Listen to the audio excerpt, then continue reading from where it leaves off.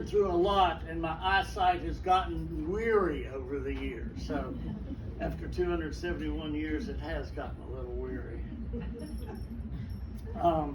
But as George Washington, I would like to continue. Here in Bristol, which in my days was Sapling Grove, where Evan Shelby had his fort, you're between two of the earliest counties in the colonies, Washington County, Virginia, which was carved out of Fincastle County in 1776, and Washington County, Tennessee, which is the oldest county in Tennessee, formed in 1777 from the Washington settlements that were named after me. This annual ringing of the bells in commemoration of the Constitution brings me back to those days when I was a younger man. As you may know, I was 55 when we gathered to work on correcting the Articles of Confederation. That's why we were sent to Philadelphia from the colonies. And I hoped that the colonists would send their best representatives, because that's who we needed to correct what we had in forming this country of ours. The Articles of Confederation were the best we could do at the time after we declared independence from Britain. It was essentially a league of friendship in which the states were essentially sovereign states, controlling trade, printing money, and acting in their own self-interests. They cooperated when it served their purposes, but that cooperation with the other colonies was not their primary purpose. Their primary purpose was their own self-interest. And this caused problems. Having strong state governance and a weak central government was not the way the United States could continue. What it led to was uprisings, boundary disputes, and a lack of common mission.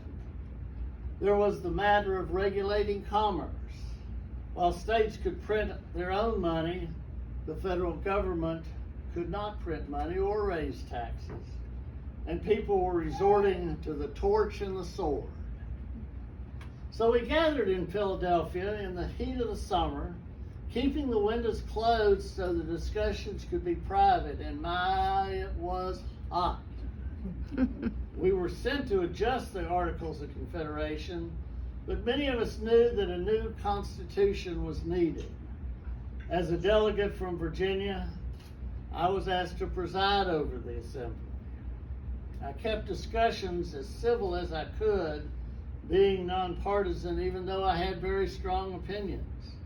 I favored a strong central government, the Federalist position, because I knew that was the main reason that the Articles of Confederation had failed.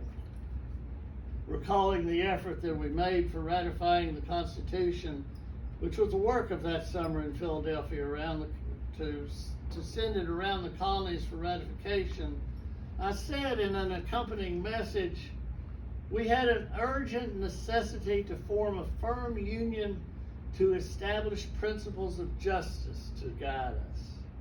We needed to place private interests secondary to the interests of the whole.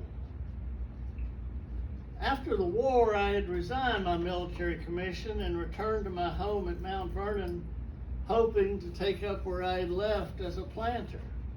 I was tremendously interested in agriculture and how to improve agriculture here in the new states.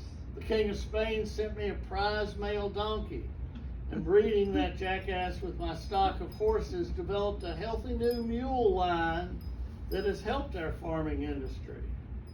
And with my crops, which included grains, I was able to develop one of the largest distilleries in the colonies and in our new country. So I had a lot of work needing to be done there at Mount Vernon. Creating the strong central government was not without difficulty.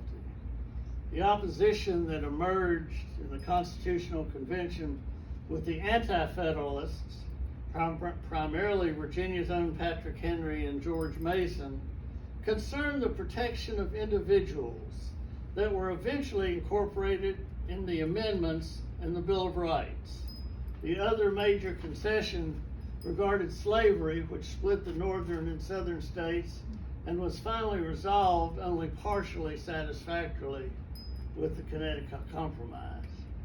Yet the outcome of the drafted Constitution and its subsequent ratification, I had embraced the civilian life, but when the call came after the Constitution was ratified, I returned to public life when the delegates elected me president.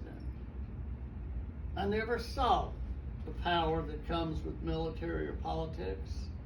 I recognize that war brings people together and peace pulls them apart. In the years before we undertook our effort for democracy, countries were governed by rulers, not rules. And what we tried to do with the Constitution was to set out the rules for governance.